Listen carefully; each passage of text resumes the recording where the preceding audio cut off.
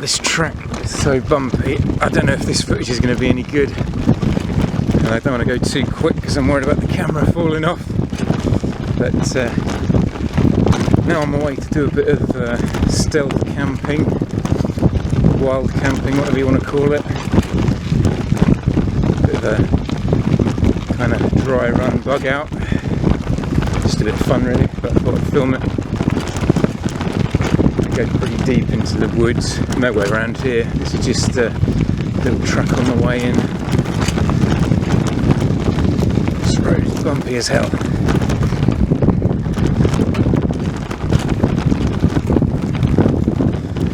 With the load on the back I've got to watch out for.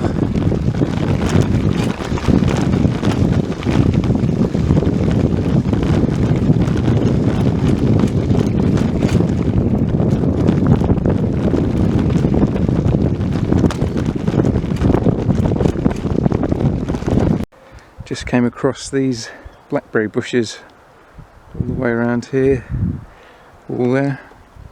So I've done a little bit of foraging we deserve for tonight. There's plenty more in here. I might pick a few more in a minute. Just put the lid on these and drop them off. But sorry about the shaky camera work. Also up on these logs I found what I guess are badger claw marks. Which is interesting. Nice to know there's a set round here. Be lucky if I can spot some. More claw marks on the back there. Guess searching for little insects and things in the wood to eat. Hey YouTube, I'm just out on a camping trip, a kind of, you know, practice bug out type thing. Basically just a normal camping trip, but you could take it as a practice bug out, and I thought I'd film it. I don't normally bother bringing the camera because it takes up a lot of space on the bike. I had a bit of trouble loading everything into the pannier because a lot of my food I normally put in that front bag there, but that was pretty much all used up with the camera. I still got a few bits in there, but yeah, well that's my load for the next couple of days in there. Myself out in the woods here, quite a nice spot, quite hidden from view from anyone. No branches above me really that look like they're going to fall down anyway, quite thick branches. I'm reasonably near a road from here, but the road's over there. You can see it's quite far away and no one's going to spot me. Anyway, I'm going to set up my gear and then I'll get back to you. Now I did a video a couple of years ago, well about 3 years ago now, of my initial bug out bag, and it was ridiculously overloaded and I got some criticism for it, rightfully so. So I've really streamlined it now, and I've basically everything that I would take on my bug out I've had on the bike today. Now I probably should have done this video before unloading everything, but I was just, you know, eager to get the camp set up. You know, it's like, get excited when you get out here. But on top here I had the tent, sleeping bag and the camping mattress, like inflatable mattress, strapped on the top. A couple of 750ml bottles in these pouches on the back of the bike here. In these pockets here there's 4 separate pockets on each side. No, sorry, 2 on each side, 4 together.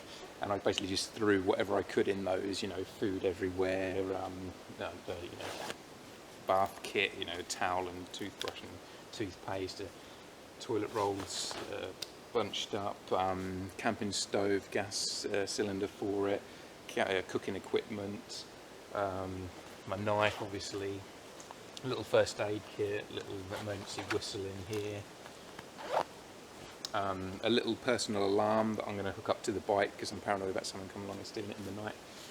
Another bottle of water here, the bike toolkit in there, and in the front here I would have had even more food, but I had to stuff all that in the back to fit the camera in here. I still got a bit of food in there, but yeah, and that's pretty much my bug out load.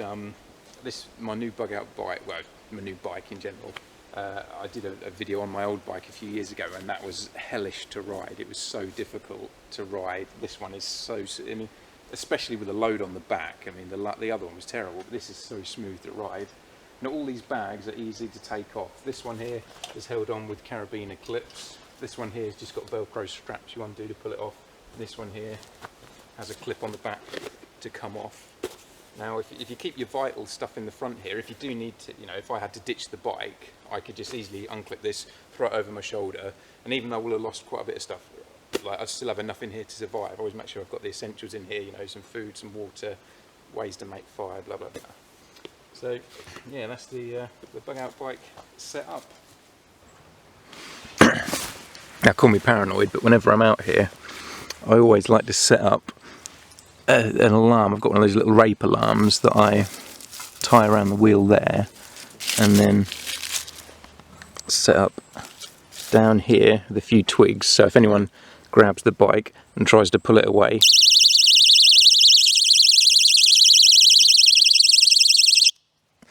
in the night, hopefully that'll wake me up and I can jump out and hopefully surprise whoever's trying to steal it. It's unlikely, I know, but I just, you know, get a bit paranoid about it, I guess. Always got a D-lock on the wheel, so that would make it difficult for them to wheel it away as well. Anyway, I just thought I'd show you that little trap I'd built. And those I don't see many people with little rape alarms like that in their kit, but they are actually really useful for setting up alarms on doors and on things that you're worried about being stolen. Anyway, ta-ta for now.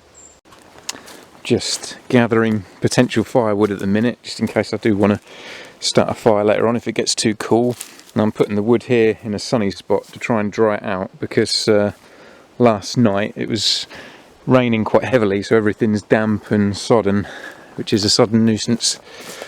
But ideally, I don't really want to start a fire anyway, because I don't have permission to be out here, so I don't want to draw attention to myself unnecessarily, and it's, you know, just good practice in being kind of covert in these situations anyway. But I mean, even if the landowners do catch me, I think they're probably more likely to be peeved at me if I'm starting fires than they are if they just see me camping out here. But like I say, I don't think they will catch me, because I'm quite deep here. Don't even know who the landowners are. But yeah, I brought my gas stove and that with me. It's just if it gets too cold tonight, I want to start a fire. I just played back the last video I made, and I noticed that I cut my head out for most of it, but I can't bother to go back and make another one, so I'll have to do for now. This is my campsite I've set up. It's just a cheap little tent I got with me. I've got a better tent, a really good tent, but it's a 3-man one, which was great when I was with my ex coming out here, but now it's just me on my own. It's not worth the effort of bringing it, because it weighs, well, a reasonable amount. It's quite big to fit on the bike or on my back, so I just got this little 2-man one, which you know, isn't something I'd want to go camping up Mount Everest in, but it's fine just for me on my own.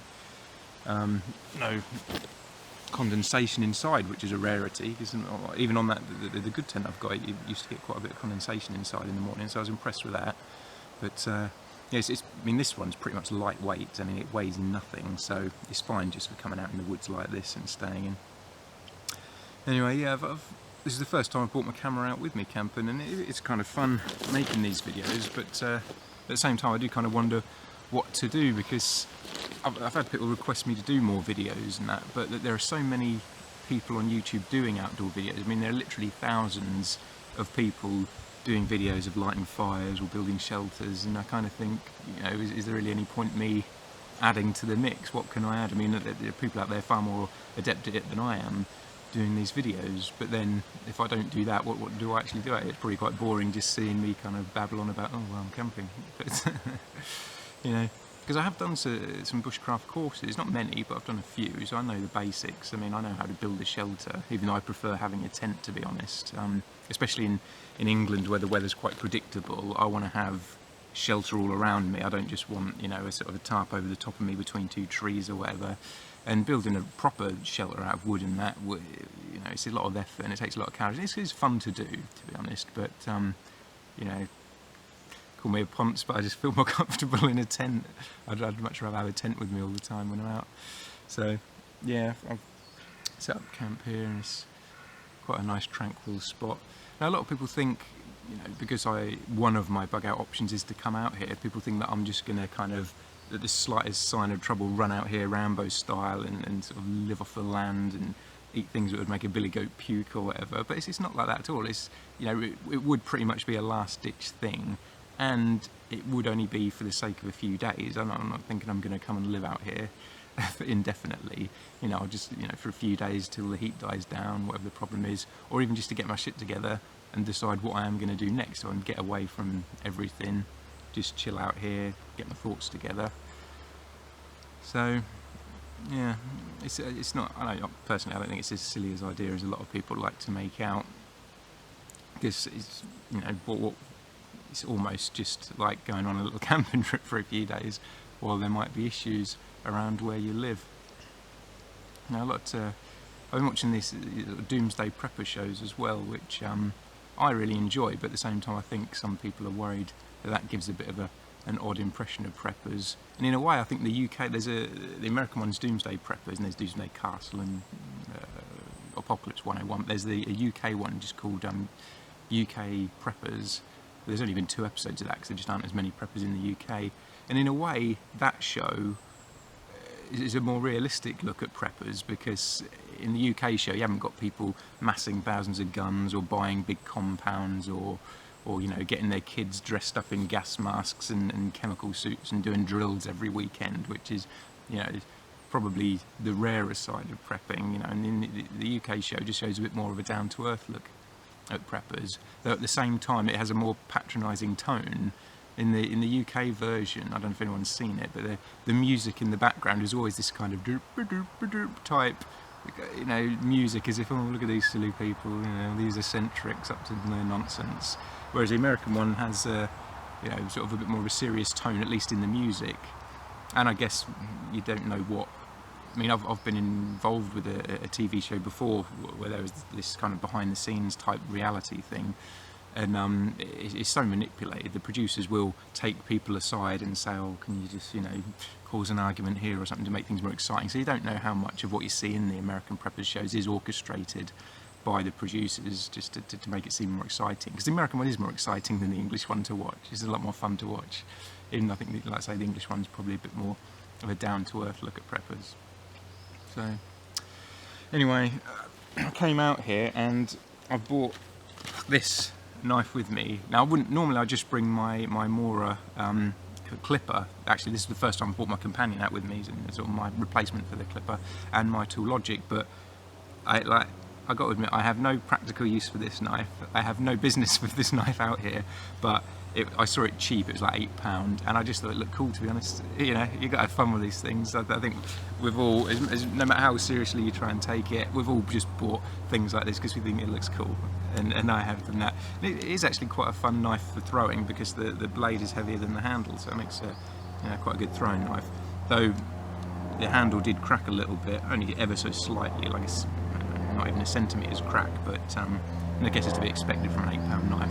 But also I found out that the end here comes off and there's just a little nut you can unscrew, and this is advertised as a full tang knife, which is a bit of a cheat because the tang actually only comes down to about here, and then the rest of the tang is a thin bit of metal that's been soldered on, so I don't count that as full tang, that's cheating, and then it's just screwed on at the end. But it would be quite fun actually to take this bit off the end here and maybe make a wooden handle to slide on there. So you could have fun modifying this as well. But yeah, a bit of Rambo style. It's probably the biggest knife I've got now is this Bowie knife. Because like I say, I have no practical use for a knife like this, to be honest. And the funny thing is, most people, if you were to show them these two knives, they're going to think this is the hardcore knife, this is the proper knife, this is the outdoorsman's knife. This just looks like a little kitchen knife, whereas, ironically, of course, this is a far superior knife and a far more practical knife, especially out here, in England. You don't need something like this. So, yeah, still, it's fun to play around with. Anyway, I don't know if I've got really much more to say. I did build a little fire last night, but only more for fun than anything, because it just it feels like what you're supposed to do if you go camping. You've got to build a fire, but I didn't want a too big a one because I didn't want to potentially give away my position just in case someone spots me and thinks I shouldn't be here. And like I say, I had my little gas cooker with me, one of those bits that just screws on the end there. So I've just been using that to cook my food. But yeah, I just haven't been doing a bit of knife throwing practice really, and just enjoying being out here. Anyway, I know it's probably been a bit boring to listen to, just me jabbering on a few of my thoughts while I'm out here. But yeah, if anyone has got any suggestions of stuff they'd like to see me do in videos, let me know, and maybe I'll do it next time out here. Just thought I'd go through my kit I've bought with me, which is basically a revised bug out kit. I'll start off with, I've got my little radio there, solar powered radio. It's handy to have just for entertainment and to keep track of what's going on. Phone obviously. Little first aid kit there. Food, various different food I've brought with me. I've eaten quite a lot of it, and that's what's left. Bought a water bottle. I've got 4 litres of water with me, 2 of which I've still left on the pannier on the bike outside. Got this little cooking pot. Fold that there, little saucepan. I got that with a Campart cook set. It's a really nice set, but this tends to be the bit I use the most. Spork, knife sharpener, gas stove. The top bit's in there. Quite tight. I'm not going to get that out, but you know what those look like anyway.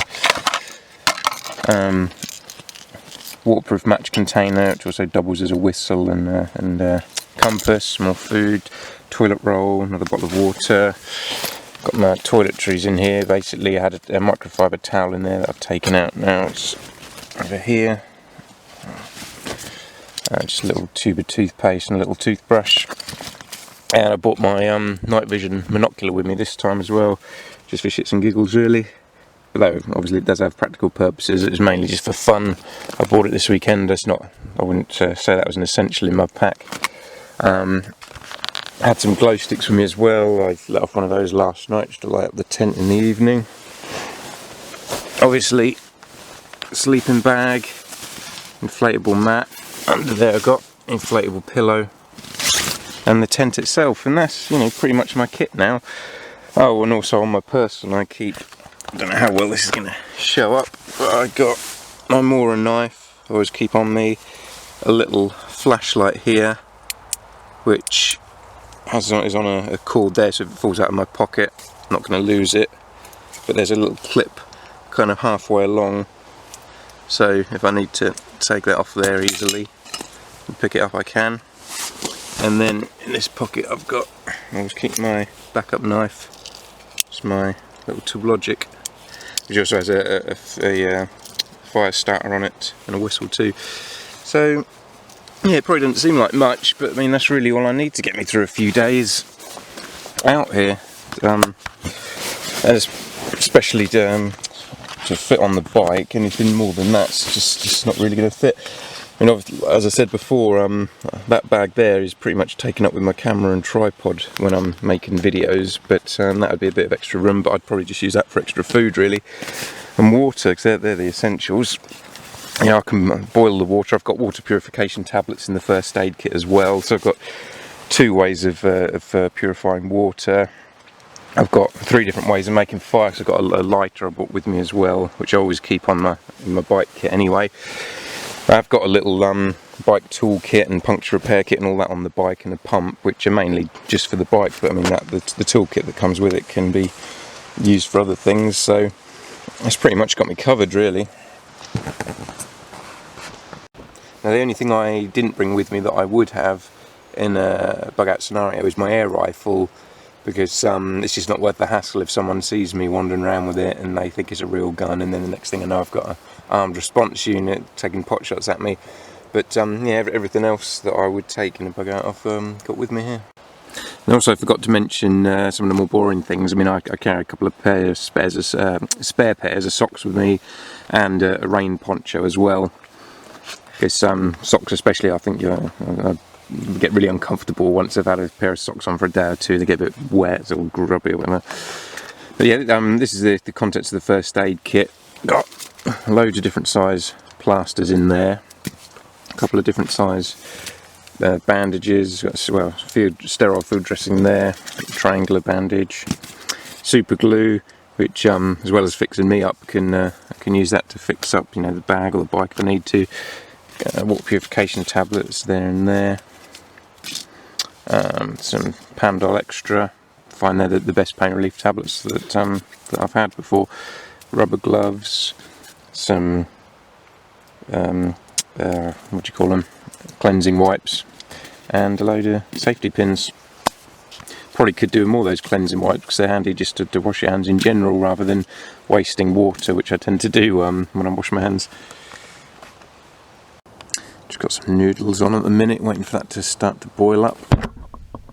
Now I find that one pack of these super noodles actually lasts me for about 2 meals really. I usually snap them in half. There's enough of the flavouring in there for 2 loads as well. so they're pretty good. I bought a load of vegetables with me. I've still got some in there. These clip and lock tubs are really handy, keep your stuff fresh. I bought just loads of chopped up fruit and vegetables with me, and I bought a tin of tuna and that, so I had to stir fry last night before bed. It's in the background there. I had a little fire, not too big, just enough to warm me up a little bit and light up the night for a while.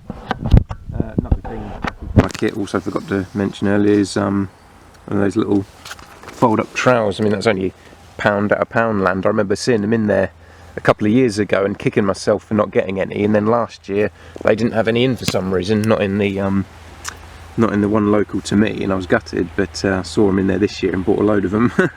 I've put in different kits, and I put one in my work bag, and they're really handy, really sturdy, quite a sharp edge to them, so you can really cut through roots when you're digging. The only thing with it is it didn't come with a little pouch, which, you know, can't say I'm too bothered with. That would have been a nice little extra, just to keep it from damaging other things in your pack, or, you know, keep it from dirtying up your inside of your bag. How are these getting on? It takes a while. I mean, this is why I like bringing the gas stove with me, because on a fire this would take even longer, as well as a fire, as I said before, potentially giving away my position in that. I just haven't got the patience for cooking over a fire, to be honest, even though I do it sometimes, just for the experience of it, because it's part of the kind of camping experience, really.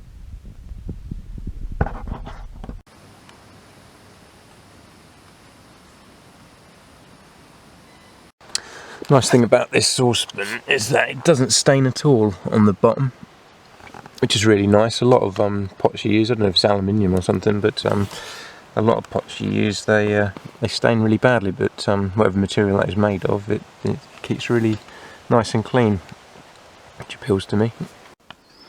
Now about to get going home. I've just packed up all my stuff, but I thought I'd take some footage of the scenery around here, because it really is quite beautiful.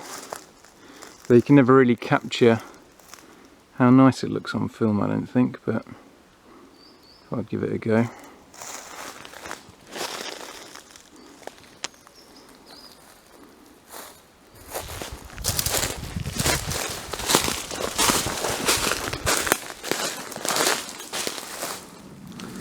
Beautiful English woodland.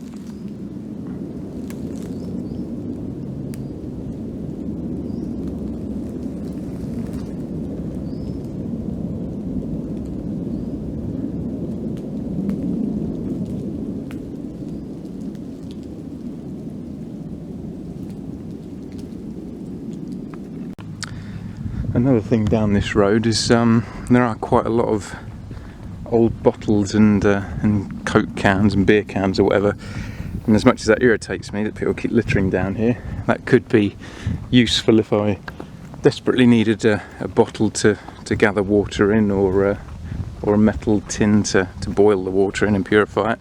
So every cloud, I guess. I feel a bit like Bruce Banner walking down here, my bag over my shoulder. Do do do do. Do do do do do do do do do do do. More blackberries there. It's nice to know there are some closer to where I've been camping. Those ones I initially found were a good mile away from here or more, so I mean, blackberries are pretty much everywhere in the British countryside, I guess.